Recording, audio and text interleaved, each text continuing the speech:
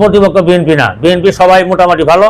মোতাহার এবং তার সাথে কিছু লোক আছে, এরাই শুধু প্রতিপক্ষ। আমরা কিন্তু ভয়ে আছি এমনটা না, কিন্তু পরিবেশটা নষ্ট হোক এটা চাচ্ছি না। উনি যেটা চাচ্ছে যে পরিবেশ নষ্ট করে গোলাপানিতে মাছ শিকার করতে, সেটা আমরা দিতে চাচ্ছি না।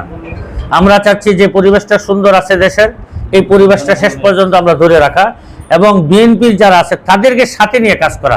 তারাও যেন কোনো ধরনের এতে মানে শঙ্কায় বা তারা যেন কিছু পাইলাম কি পাইলাম না এরকম সন্দেহের মধ্যে না থাকে। মিলেমিশে আমরা এলাকা উন্নয়ন করব, এটাই হলো আমার বক্তব্য। যে শান্তিপূর্ণ একটা পরিবেশ ফুলপুর তারাকান্দা।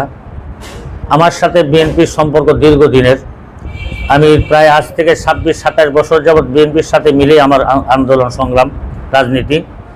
আমি মোতাহার সাহেব এবং তার দলবলকে সাথে নিয়ে কাজ করার জন্য একবার নয় একাধিকবার আগ্রহ প্রকাশ করেছিলাম, এবং বিভিন্ন মাধ্যমেও তাদেরকে সংবাদ দিয়েছিলাম যে আসেন বসি, ফুলপুর তারাকান্দার উন্নয়ন আমরা ভাই ভাই হয়ে কিছু কাজ করি।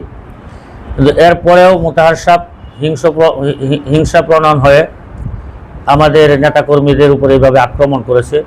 এবং শুধু নেতাকর্মীদের উপরে আক্রমণ নয়, এই আক্রমণটা মূলত আমার উপর করার চেষ্টা হয়েছিল। লোকজনের উছিলায় বা আল্লাহ তাআলা আমাকে এখান থেকে বাঁচিয়ে দিয়েছেন। আমি আপনাদের মাধ্যমে দেশবাসী এবং আমাদের রাজনীতির সর্বোচ্চ মহল পর্যন্ত এই কথা জানাতে চাই, আমরা 24-এর গণ অভ্যুত্থানের পরে আমরা একটা শান্তিপূর্ণ দেশ চেয়েছিলাম, আমরা সহমর্মিতার একটা দেশ চেয়েছিলাম, আমরা সমান তালে একসাথে থেকে আমরা আন্দোলন সংগ্রাম করতে চেয়েছিলাম। কিন্তু আমাদের এই পরিবেশটা মোতাহার সাহেব তার হিংসার কারণে পুরো পরিবেশটাকে নোংরা এবং নষ্ট করে দিচ্ছে।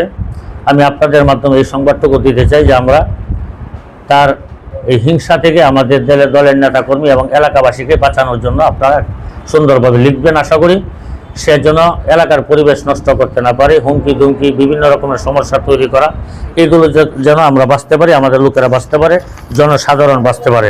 ঢাকা যাই না, ফোনে আমার আলোচনা করেছি, আমাকে ঢাকা যেতে বলছেন যে আপনাদের এই সাংবাদিক সম্মেলন এবং মামলা টামলা যদি করি এগুলো শেষ করে ঢাকা গেলে আমরা বসে আলোচনা করে সিদ্ধান্ত দেব কি করব। আমাকে কোনো কাজকর্ম করার সুযোগই দিচ্ছেন না। এখন কি হবে এটা এখনো বলতে পারতেছেন, তার হুমকি দুমকি তো সবসময় আসেই।